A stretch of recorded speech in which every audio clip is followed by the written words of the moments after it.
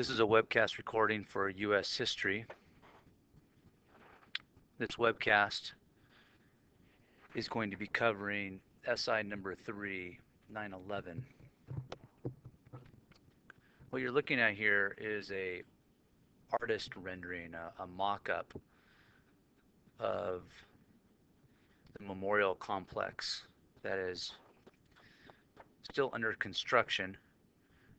This image you can see here, it's the roads and the traffic are installed. You can see the vegetation growth with more mature trees. You can see the 9/11 Memorial Visitor Center, which is now opened. You can see the foundational imprints of the Twin Towers, which are the location of these waterfall memorial systems that are currently in place, and you can go visit. And here you can see to the left, this is what some call Freedom One, one of the new high-rise buildings that has been built to replace the Twin Towers. There's some other buildings. This is another building. There's in fact going to be 4 buildings in total that are going to be reconstructed. Of course, this memorial has been put in place because of the 9/11 story. So this is a picture collage, just kind of representing some of the particulars of the 9/11 story. These are the images of the 19 hijackers that were responsible for hijacking 4 planes. 2 of those planes will target the 2 Twin Towers in New York City. 1 of the planes will target the Pentagon in Washington, D.C., and a 4th plane will crash land in Pennsylvania. As you can see here in this lower left-hand corner, the Wanted Dead or Alive placard that was created shows Osama bin Laden and his Al-Qaeda organization being held responsible for this 9/11 operation. This is the memorial today, kind of showing you some of the completion of that artist rendering mock-up that I just showed you. You can see some of the trees that have been planted and growing. You can see the footprint waterfall memorial. In this image you can see names of victims. This is the Freedom One Tower. Outside construction of that tower was completed not too long ago. From ground to tip, it measures 1,776 feet, which of course is very symbolic, linking to the founding of our country with the unanimous passage of the Declaration of Independence.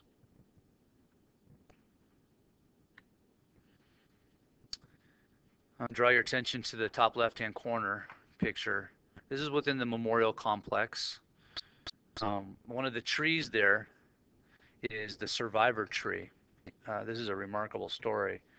This survivor tree was the only tree in the World Trade Center complex that survived. It was absolutely crushed and buried amongst all the debris. And as they were excavating and digging out ground zero of the World Trade Center, they took this tree out and replanted it, and it sustained some other damage and some storms and other events, but eventually it was replanted, and so it's a lone survivor of vegetation. and growing and thriving, as you can see in the image. You could look that up online if you wanted more information about the survivor tree. And of course, there's some local history connected to the memorial. We see this name right here, Garnett Ace Bailey, and to the left of him, Mark Lawrence Bavis with the LA Kings World Championship hat, and of course the cup, most iconic sports trophy ever. The Kings won the cup. The Kings organization had the cup stay for a day, which is the tradition of the cup is that the players and the people in the organization get a day with the cup. And so there was a day with the cup here at the 9/11 Memorial for Bailey and Bavis. These are two scouts for the LA Kings that were on one of the flights that crashed into the World Trade Center. And you can see this image here of the LA Kings player being high-fived by the LA Kings mascot, Bailey. And I just want to connect 9/11 to our local sports team. Our mascot for the LA Kings, Bailey, is named after one of the victims of 9/11, Garnett Ace Bailey. All right, so what are the particulars of the 9/11 story? Of course, 9/11 is short for the 11th of September 2001. It wasn't too long after news of these attacks started filtering out when people started making the connection of 911, the phone number that we call in times of emergency. I showed you the 19 hijackers in an earlier slide and the hijacking of 4 planes. I want to just touch on the targets. The planes hit particular buildings that are targeted because these are symbols. It's not so much that the attacks would destroy America, but the intent was to hit symbols. And the 2 towers of the World Trade Center in New York City are iconic symbols and actually practical elements of the commerce and trade that not only takes place in New York, but globally. And so attacking the World Trade Center is really like attacking American commercial interests. The attack on the Pentagon, of course, is an attack on the headquarters, both civilian and military headquarters for the United States Armed Forces. So that symbol is quite obvious, dealing with U.S. military policy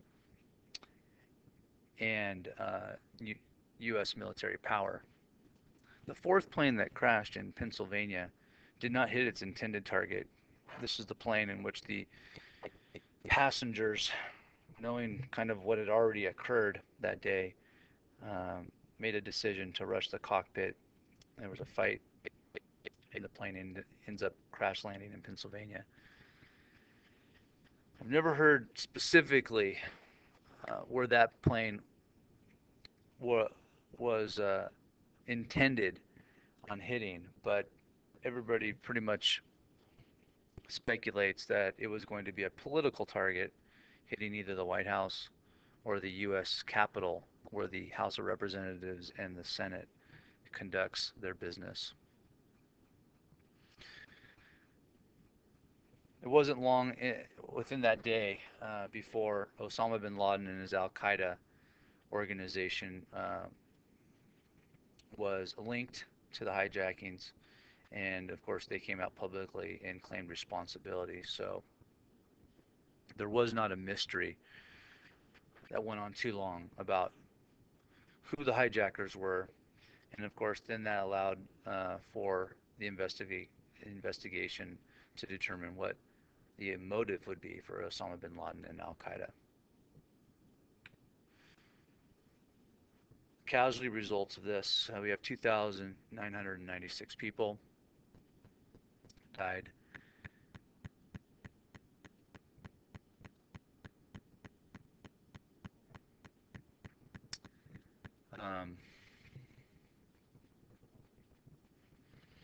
2,977 were victims. One thing that doesn't really get discussed too often about this is not just an attack on the United States. We have to keep in mind that of the 2,977 victims who lost their lives, many of them were not American citizens. Some in the World Trade Center were from other countries. So it's not just an attack on the United States. It is also seen as an attack on the world.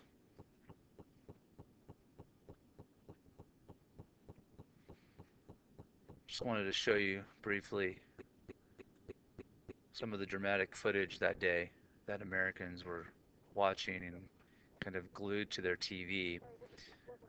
You're not going to be able to hear any audio here of this, but these are the Twin Towers in New York. You can see already they've been hit by the planes and engulfed in flames. And the unthinkable happens, in which the infrastructure, the steel of these buildings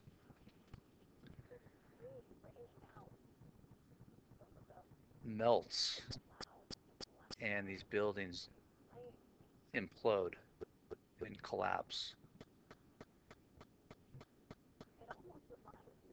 And of course, this is why the death toll is so high, because of the people that were trapped in those buildings and were not able to get out before they collapsed. So you can just imagine the scene there in New York, just apocalyptic in nature, and very disturbing and very emotional.